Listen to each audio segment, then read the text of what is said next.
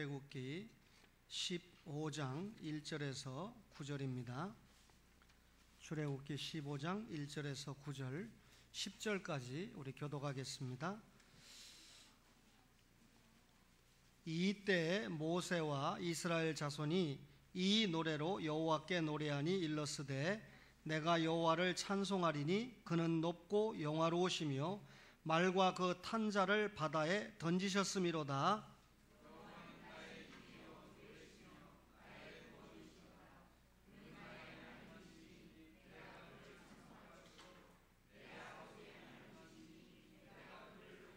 여호와는 용사시니 여호와는 그의 이름이시로다.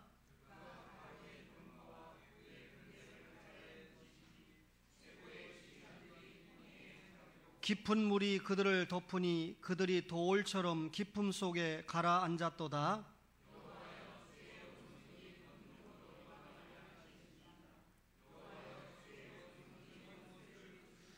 주께서 그의 큰 위엄으로 주를 거스리는 자를 엎으시니이다.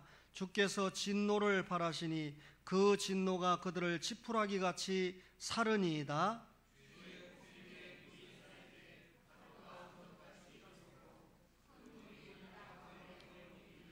원수가 말하기를 내가 뒤쫓아 따라잡아 탈취물을 나누리라. 내가 그들로 말미암아 내 욕망을 채우리라. 내가 내 칼을 빼리니 내 손이 그들을 멸하리라 하였으나 주께서 바람을 일으키심에 바다가 그들을 덮으니 그들이 거센 물에 납같이 잠겼나이다. 아멘. 여러분과 저가 우리 앞에 놓인 일이 하나님의 뜻인가 아닌가 분별할 경우가 있습니다. 근데 일이 순조롭게 진행되면 이거 하나님의 뜻이구나. 근데 일이 순조롭게 진행되지 않고 막히는 일이 나타나면 이건 하나님의 뜻이 아니다. 이렇게 판단하는 경우가 왕왕 있습니다. 하나님께서 물론 때에 따라서 하나님의 뜻이 아닌 일은 저와 여러분이 감당하려고 해도 막으시는 경우가 여러 경우에 있습니다. 그러나 어떤 경우에는 하나님의 뜻이지만 우리가 그 일을 감당할 때 엄청난 고통과 괴로움이 수반되는 경우도 자주 있습니다. 하나님께서 이 애굽에서 종생활하는 이스라엘을 해방시키기 위해서 모세를 준비하셨습니다. 그리고 모세를 애굽의 왕 바로에게 보내서 내 백성, 하나님의 백성, 이스라엘 백성을 내보내라고 과감하게 요청을 하게 됩니다. 그런데 애굽의 바로 임금의 입장에서 볼 때는 이 똑똑한 이스라엘 백성들을 430년 동안이나 붙들고 종 삼아서 엄청난 노동력을 얻지 않았습니까? 그런데 이런 이스라엘이 나간다면 애굽을 경영하는데 대단한 문제가 생긴다고 생각합니다. 내보내고 싶지 않지요. 그래서 오히려 이 바로는 애굽의 감독관을 불러가지고 이스라엘을 철저하게 감독을 해라. 그리고 지금보다 더 심하게 노동을 시켜라. 이렇게 명령을 하게 됩니다.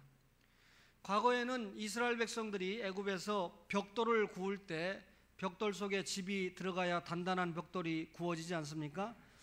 이 애굽 사람들이 집을 주면서 벽돌을 구워라 이렇게 이야기를 했는데 모세가 바로에게 내 백성을 보내라고 하나님의 백성을 보내라고 한 다음에는 집을 주지 않고 너희들이 이제는 벽돌을 만드는데 집까지도 스스로 구해서 벽돌을 만들어라 이렇게 요구를 합니다. 한마디로 말하면 애굽 사람들이 선민인 이스라엘 백성들을 달달 볶았던 것이죠. 이스라엘 백성들이 바로에게 항변을 합니다. 왜 이전보다 우리를 이렇게 더 엄청나게 고생을 시키고 심하게 다룹니까? 그러니까 바로가 대답하기를 너희가 너무 게을러서 그렇다. 하라는 일은 하지 않고 어디 가서 여호와께 제사를 드린다고 하니까 나는 너희들에게 심하게 다룰 수밖에 없다라고 출애굽기 5장 15절 이하에 그렇게 답변을 하게 됩니다. 바로가 왜 이런 답을 했을까요? 이스라엘의 지도자인 모세와 이간질을 붙이려고 했던 것입니다.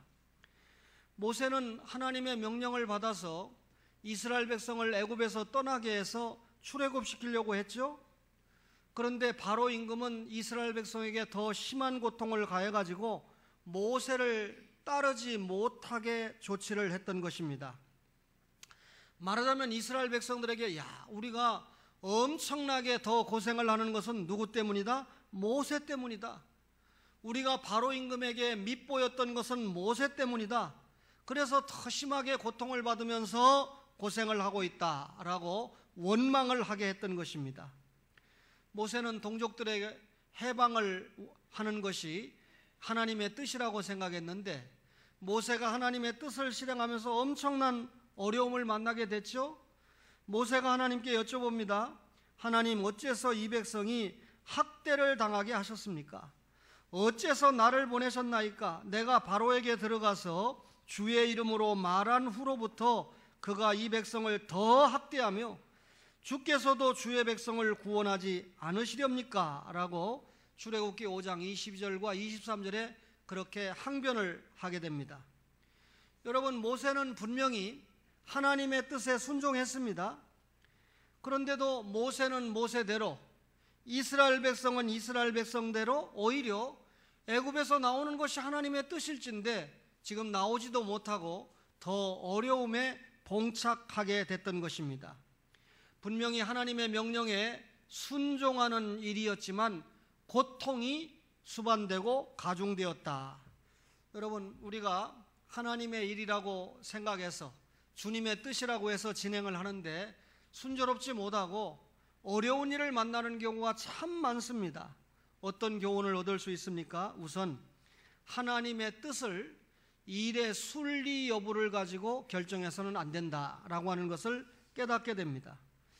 여러분, 출애굽하는 것은 하나님의 뜻입니다. 그런데 출애굽을 하려고 하는데 이미 말씀드린 것처럼 엄청난 고통과 고역이 찾아왔지요. 그렇다고 하나님의 뜻이 아닙니까? 출애굽은 하나님의 뜻입니다. 유명한 바울의 삶을 생각해 볼까요?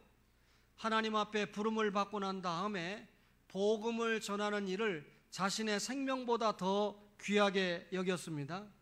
바울이 복음을 전할 때 매 맞았습니다. 침뱉음을 받았습니다. 돌에 맞아서 죽을 뻔했습니다. 그리고 감옥에 갇히는 일이 잦았습니다.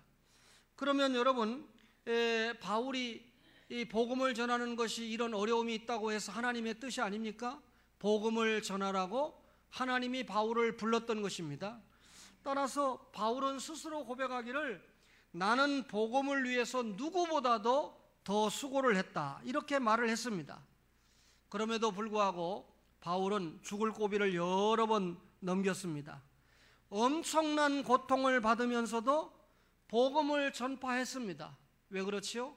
그것이 주님의 뜻이었기 때문입니다. 비록 이 주님의 일을 감당하는데 엄청난 개인적인 고통과 환난이 있었지만 주님의 뜻이었기 때문에 감당을 했다. 그렇다면 순리 여부로 주님의 뜻을 결정할 수는 없다. 우리가 일을 할 때 아주 순적하면 주님의 뜻이고 어려움을 만나면 주님의 뜻이 아니다 라고 생각했다면 바울은 사명을 감당하지 못했을 것입니다. 예수님을 생각해 볼까요? 여러분, 이 땅에 오셔서 33년 동안 사셨는데 예수님이 탄생하시는 그 시간부터 누워있을, 탄생하실 장소가 없어가지고 난관에 부딪혔습니다.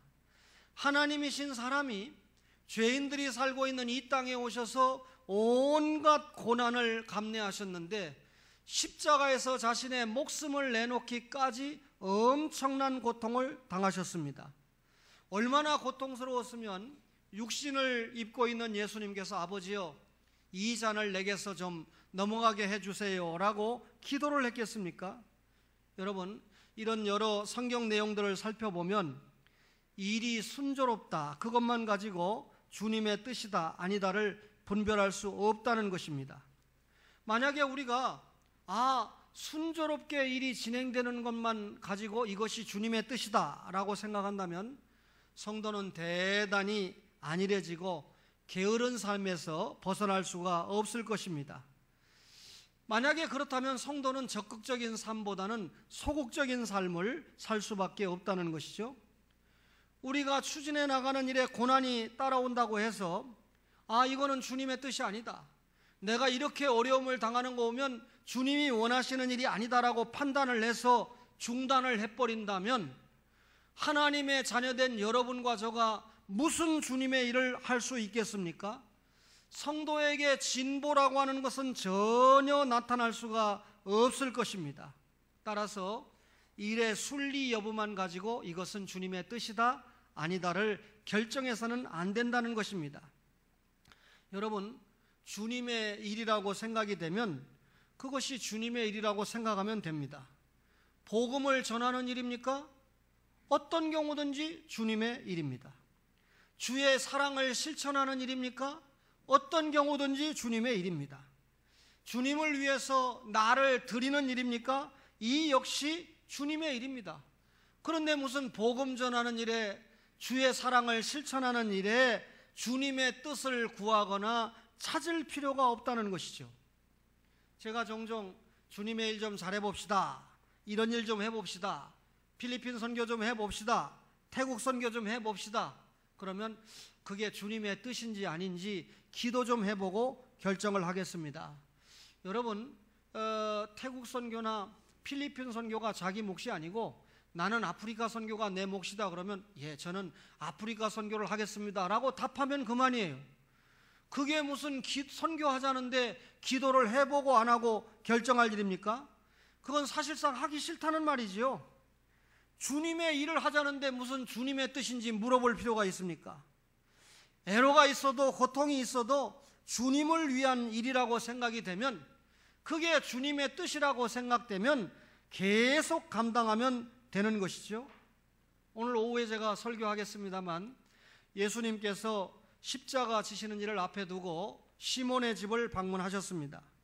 그런데 한 여자가 와서 귀중한 향유옥합을 깨서 예수님께 부어드렸습니다.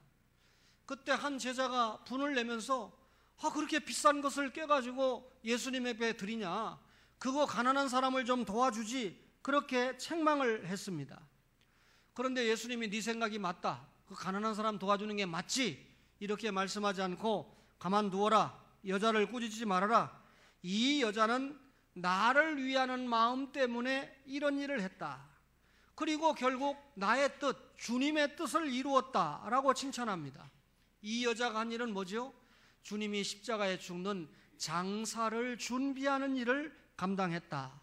예수님께서는 오히려 이 복음이 전파되는 곳에는 지금 이 여자가 나에게 행한 일, 예수님을 위해서 헌신하고 헌물하고 마음까지 드린 헌심했던 이 일을 복음이 전파되는 곳에는 함께 전하도록 해라 라고 말씀을 했던 것입니다. 그런데 여러분, 여자가 이 값비싼 향유를 주님 앞에 와서 깨어 드리기까지는 엄청난 어려움이 있었습니다. 당장 제자들이 반대하지 않습니까?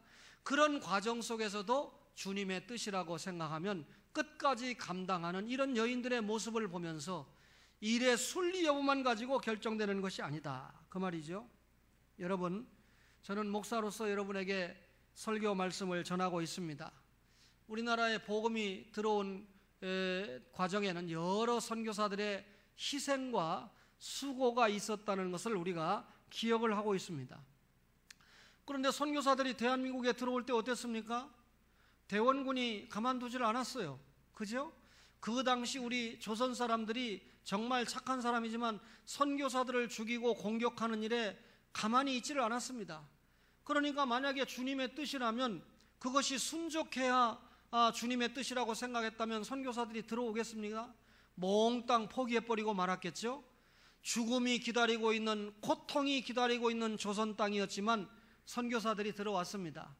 공식적으로 우리나라에 선교사가 들어온 것은 알렌 선교사가 1884년에 들어왔기 때문에 우리나라에 기독교가 들어온 건 1884년으로 기록을 하고 있습니다만은, 사실상 1885년에 중국에 왔던 토마스 선교사가 우리나라에 들어와서 이 2개월 동안 복음을 배에서 전하다가 다시 중국에 갔다가 그 이듬해 1886년 9월 4일 날 대동강변에 왔습니다.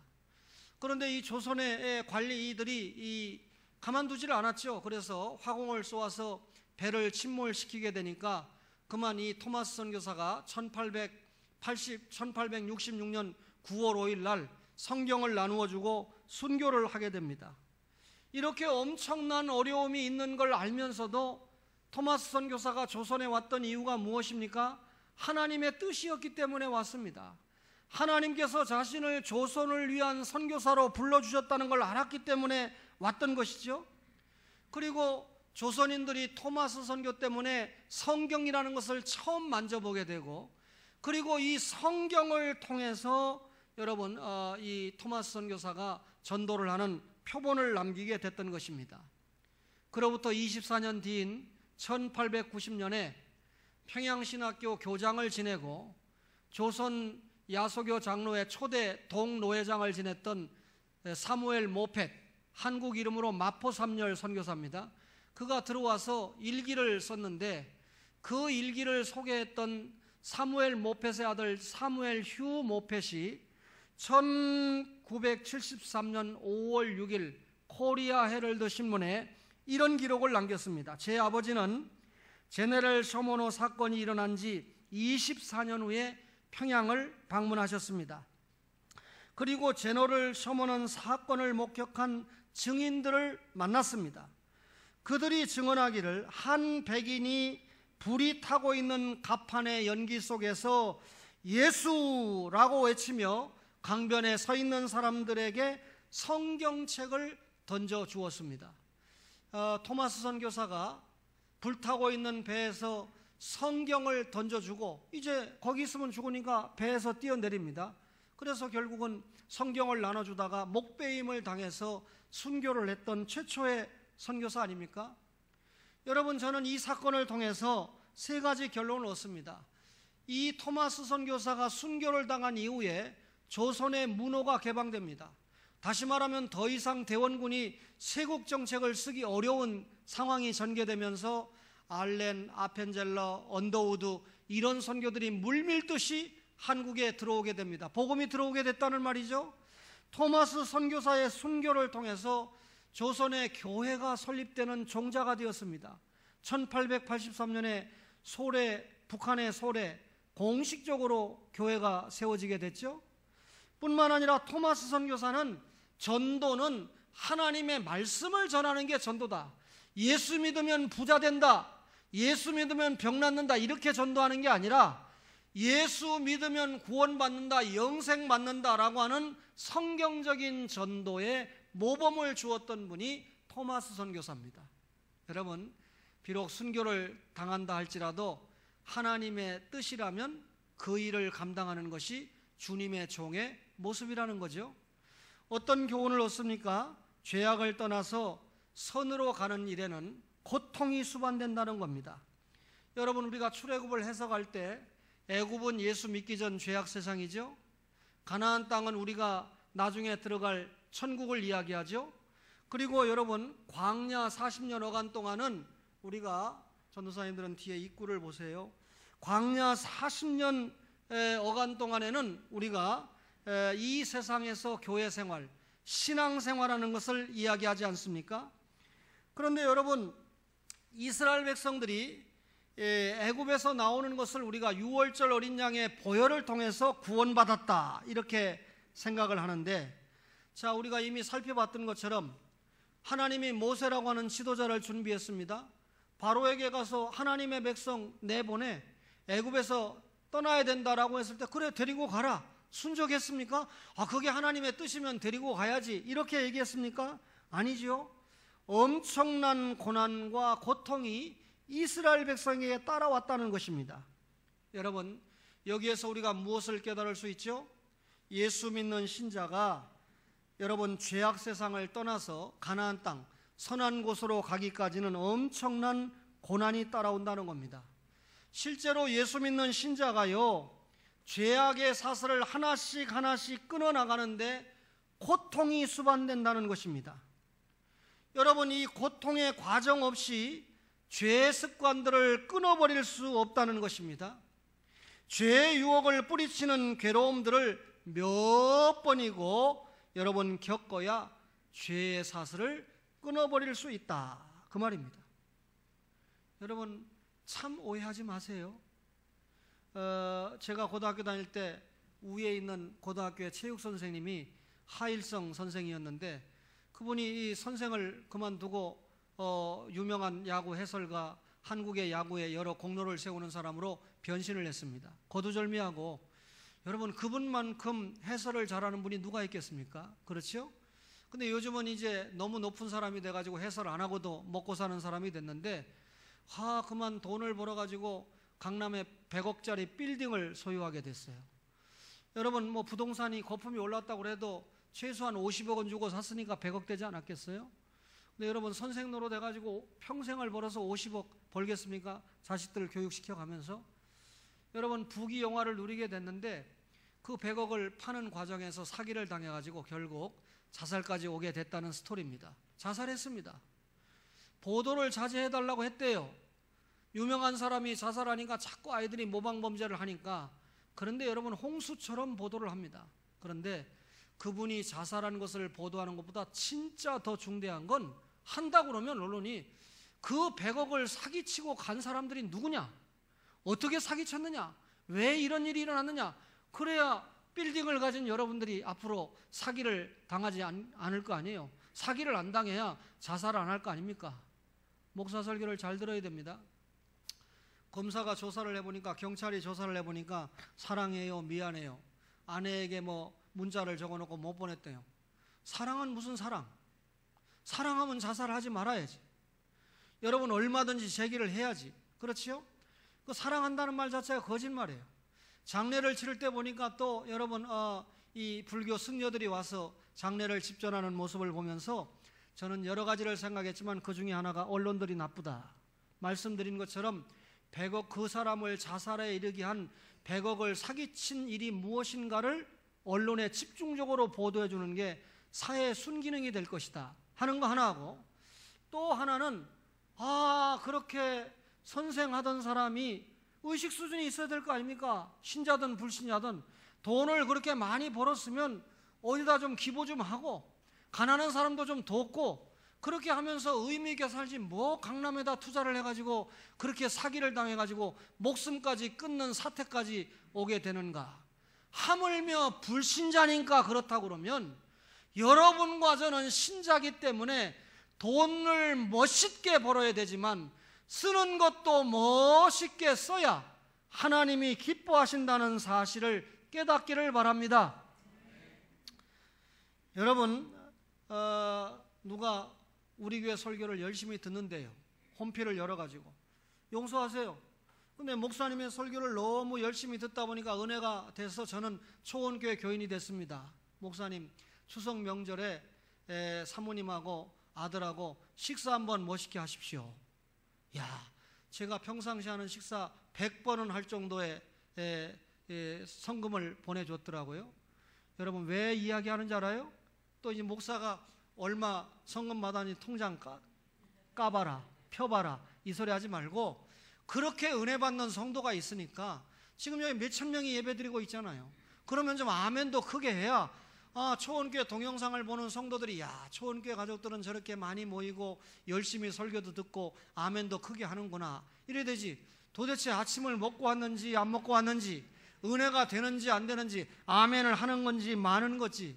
여러분 죄를 떠나서 선을 행하는 과정에는 많은 고통이 따라오지만 이런 고통을 극복하면서 주님의 뜻을 이루어가는 여러분과 저가 되기를 바랍니다. 요즘 예수 믿는 신자들의 결점 중에 하나가요, 고통을 감수하면서 죄악을 정리하지 않는다는 겁니다. 자신이 범죄하는 이 죄악을 정리할 때는 그만큼 고통과 괴로움이 따라와도 정리해야 되거든요. 그런데 여러분 예수 믿는 신자가 죄악 정리를 고통 때문에 안 하니까, 여러분 이 이성관계가 있습니까? 정리하는데 고통이 따라오니까 정리를 안 합니다. 여러분 거짓말하는 범죄를 습관합니까? 정리하라는데 고통이 따라오니까 못합니다. 여러분 그러니까 결국 예수 믿는 신자나 불신자가 다른 게 없는 거예요. 예수 믿는 신자는 죄악의 삶에서 자꾸 변화된 모습을 통해서 거룩의 삶을 지향해야 되지 않습니까? 여러분, 따라서 하나님의 백성답게 살아가려고 하면 자꾸 습관적인 죄에서 떠나서 하나님이 원하시는 선을 향해서 날마다 걸어가는 여러분과 저가 되기를 바랍니다. 여러분, 중대한 교훈이 있는데 선한 목적을 성취하는 데는 고난이 따른다라고 하는 것입니다. 이스라엘이 해방받는 과정에 얼마나 더 심한 학대와 고난이 따라왔습니까? 더 많은 과제가 부과되었죠. 그러나 여러분, 이스라엘이 해방을 받는 선한 목적을 성취하는 데는 이런 고난과 학대를 피할 수가 없었다는 것입니다. 선한 목적에 도달하려고 하면 여러분과 저가 엄청난 고난과 난관을 밟아보아야 된다는 거죠. 그런 고난과 고통이 내 앞에 있다고 포기해버리면 참된 목적에 도달할 수가 없다는 것입니다. 여러분, 주님을 위해서 사역을 감당했던 크리스찬들은 고난의 과정을 다 겪었습니다. 여러분, 천주교 신부였던 루터와 칼빈을 생각해 보세요. 초대교회를 천주교가 중세 1000년 동안 변질시켜 놓으니까 초대교회로 돌려놓는 선봉장에 루터가 서게 됩니다. 그러니까 이미 천주교에 익숙했던 여러분 로마 교황이나 그 당시에 독일의 황제인 칼 5세가 얼마나 루터를 핍박했습니까? 그런데 이런 핍박이 있다 할지라도 원래의 교회로 돌려놓는 것이 하나님의 뜻이라고 생각했기 때문에 루터는 목숨을 걸었습니다. 칼빈의 별명은 이동하는 종합병원입니다.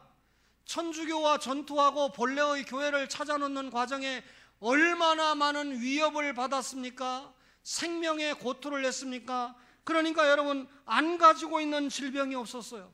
그런데도 그는 고난이 있었지만 이것이 주님의 뜻이다, 교회 개혁을 하는 것이 하나님의 뜻이다 라고 생각을 했기 때문에 감당을 했던 것입니다.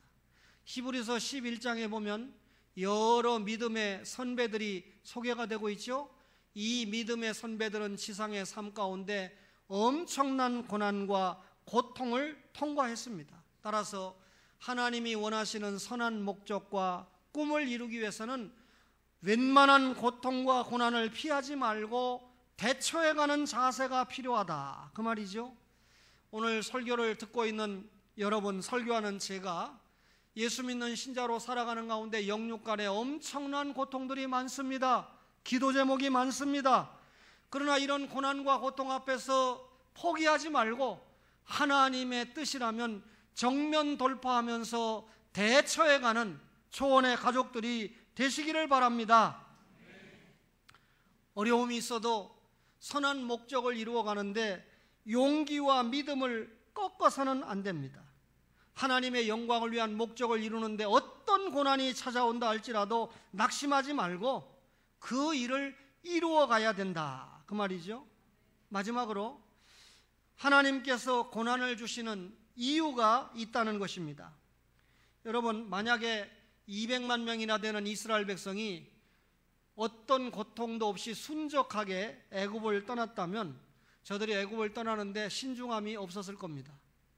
고난을 통과해보지 않으면, 훈련이 없었다면 애굽을 떠난 이후에도 혼란과 무질서가 지속이 되었을 것입니다.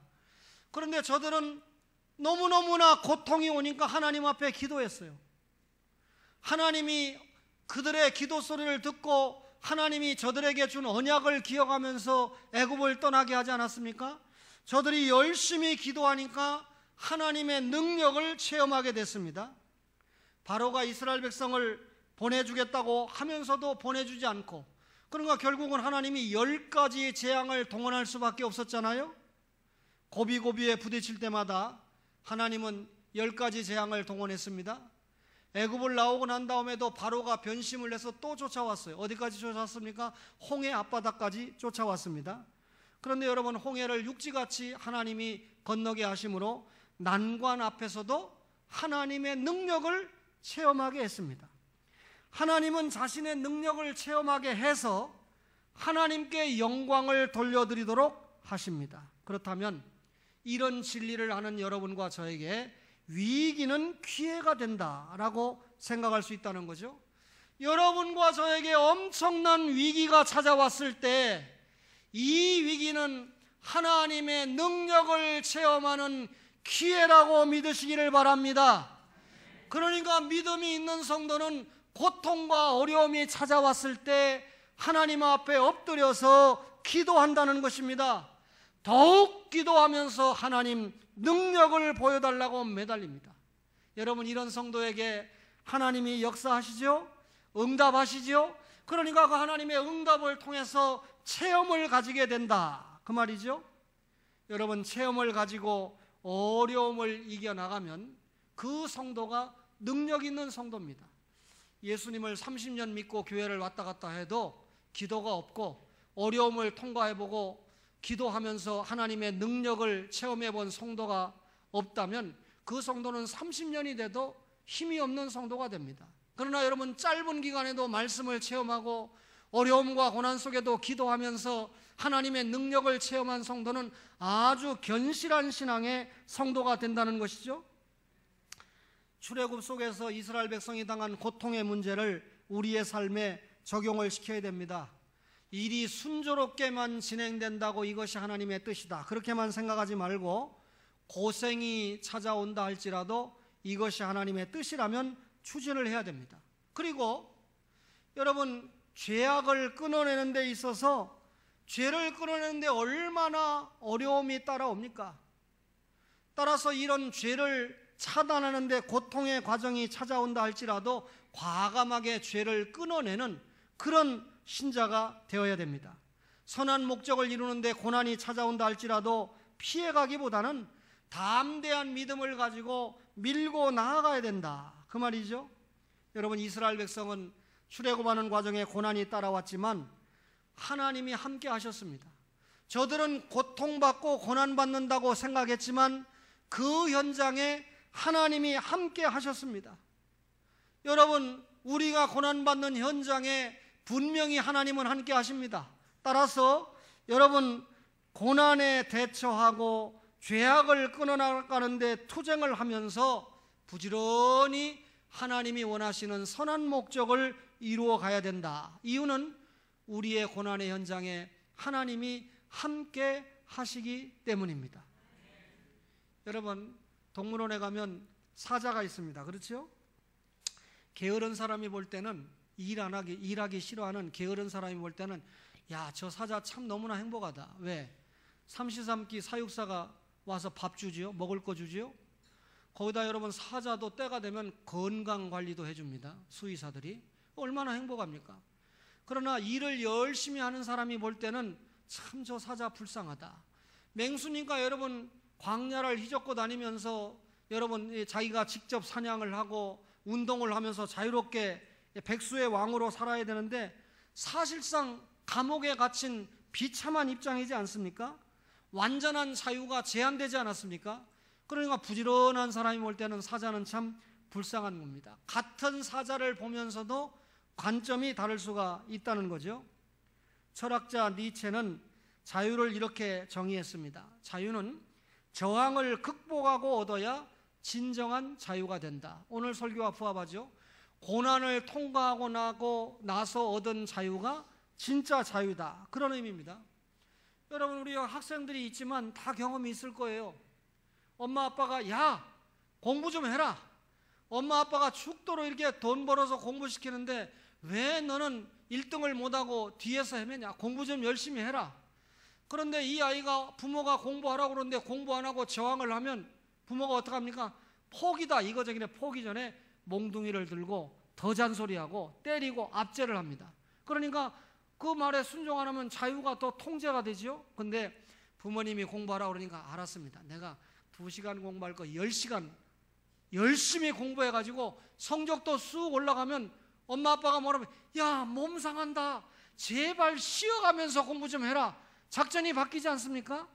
그러니까 부모님의 말에 순종을 하면, 다시 말하면 부모가 공부하라, 여기에 저항이 뭡니까? 포기하는 게 저항이 아니고 부모가 공부 좀 하라 하는데 그냥 2시간 하라는 걸 더 해버려가지고 성적을 확 올려놔버리면 부모가 제발 좀 쉬어가면서 해라, 몸 상한다. 완전한 자유를 얻을 수 있다는 거죠. 이제 부모가 절대로 더 이상 공부하라고 쪼르지 않는다는 겁니다. 여러분, 이스라엘 백성들이 애굽에서 구속을 받는 시간에 엄청난 저항과 고난이 있었습니다. 그걸 포기해버리면 끝나는 겁니다. 그런데 그런 저항과 고난이 있었지만 그런 저항을 정면으로 믿음으로 모세의 지도력으로 하나님이 함께 하심을 믿고 통과를 하니까 여러분 애굽을 떠나게 되잖아요. 죄악의 사슬을 끊게 되잖아요. 그래서 여러분 소망의 땅에 도착하는 거 아닙니까? 애굽은 예수 믿기 전입니다. 가나안 땅은 천국입니다. 현재 우리가 천국에 가기 전에 여러분 가나안 땅 가기 전에 광야에서 40년 동안 교회 생활을 감당하고 있는 것입니다. 이 교회 생활 중에 우리가 고난을 통과해야 되죠. 고통을 통과해야 되죠. 그렇죠? 여러분 제가 이제 조금 있으면 60년을 살게 되는데 60년을 가까이 사는 동안에 이 세상에서 지금까지 가장 맛이 있는 포도를 맛보았습니다. 그런데 지난 주간에 제가 이 부모님을 돕기 위해서 수고하는 한 성도님이 이 강화도에 가서 열심히 일을 하고 자기가 뭐 평상시에도 얼굴이 뭐 하얀 편은 아니었는데 포도밭에 가서 너무 열심히 일을 해가지고 얼굴이 시커매졌다 그래서 제가 그건 영광의 표상이 된다 그랬습니다. 근데 지금 익은 포도를 다 따가지고 제가 우리 교인들이 더 구하고 싶다고 하는 사람이 있어도 공급이 안 될 만큼 이 수요가 충만했습니다. 근데 여러분 만약에 오해하지 마세요. 김병윤 장로님이 포도밭을 하고 있다 그러면 제가 절대로 가져오라고 안 했을 겁니다. 자기가 그냥 나를 갖다 줘서 한 박스 먹으라 그러면 맛을 보든지 말든지. 그렇죠? 근데 이제 교회 처음 나오신 분들이 이런 수고를 하니까 관심을 보이게 되는 거죠. 이런 설교를 들을 때 기억을 해야 됩니다. 우리가 수요일마다 기도할 때 안 빠지는 영광스러운 이름이 있어요. 1번이 누군지 압니까? 이만승. 2번이 누군지 알아요? 박광성. 3번이 김분희. 4번이 이 차경륜. 5번이 전정배. 6번이 이순복. 이렇게 6분은 절대로 안 빠져요. 그러니까 다른 성도들은 조금 왜 내 이름은 빠지나 이렇게 생각할지 모르지만 최근에 교회 나오신 분들을 위해서 열심히 기도한다는 의미죠. 근데 오늘 6분이 다 함께 앉아서 예배를 드리니까 목사가 설교하는데 얼마나 마음이 행복하고 평안한지 몰라요. 그러니까 그분들은 목사를 평안하게 하는 것이 주님의 뜻이니까 주일마다 교회 나오면 행복하게 될 수밖에 없겠죠. 할렐루야. 여러분 하나님 앞에 먼저 주일날은 예배 드리고 그 다음에 평일날은 가서 부모님을 섬기고 형제와 우애 있게 지내는 이 모습이 얼마나 하나님 앞에 질서에 맞는 관계인지 모릅니다. 먼저 주의 나라와 의를 구하지 않으면서 뭐 세상적으로만 인간관계를 잘하고 공경하고 형제지간에 잘하고 하지만 하루아침에 다 무너지는 경우를 우리가 보게 됩니다. 저는 로또 복권을 사지 않고 살 마음도 없고 또 사지 않는 목사인데 혹 여러분 우리 교회 앞에 계신 김효경 권사님이 로또 복권을 사서 1등 40억 원을 맞았다. 그럼 당장 도망갑니다. 여러분 로또 복권을 맞았다고 하는 그 순간 시어머니, 시아버지, 시동생부터 전부 찾아오다가 안 되면 대문 때려부시고 들어온다는 거예요. 나눠 먹자 해가지고 여러분 결국 거액을 맞은 사람은 한국에 살 수도 없다는 거예요. 또 그 복권 맞아가지고 그 돈을 뭐 불로소득 아닙니까? 좀 멋있게 사용하고 죽으면 얼마나 좋겠어요. 노름하다가 뭐 오락장에 갔다가 바람 피다가 망해가지고 알거지 됐다는 보도가 한두 건이 아닙니다. 자살 보도는 안 해도 그런 보도는 수도 없이 내보내야 돼요. 그래가지고 좀 정신교육을 해야 되죠. 사랑하는 초원의 가족 여러분, 오늘 설교 말씀을 들으면서 하나님의 뜻을 잘 찾아서 주님의 뜻이면 어려움이 수반된다 할지라도 하나님의 선한 목적을 이루기 위해서 과감하게 믿음과 용기를 가지고 성취해내는 그런 초원의 가족들이 되시기를 주의 이름으로 축원합니다.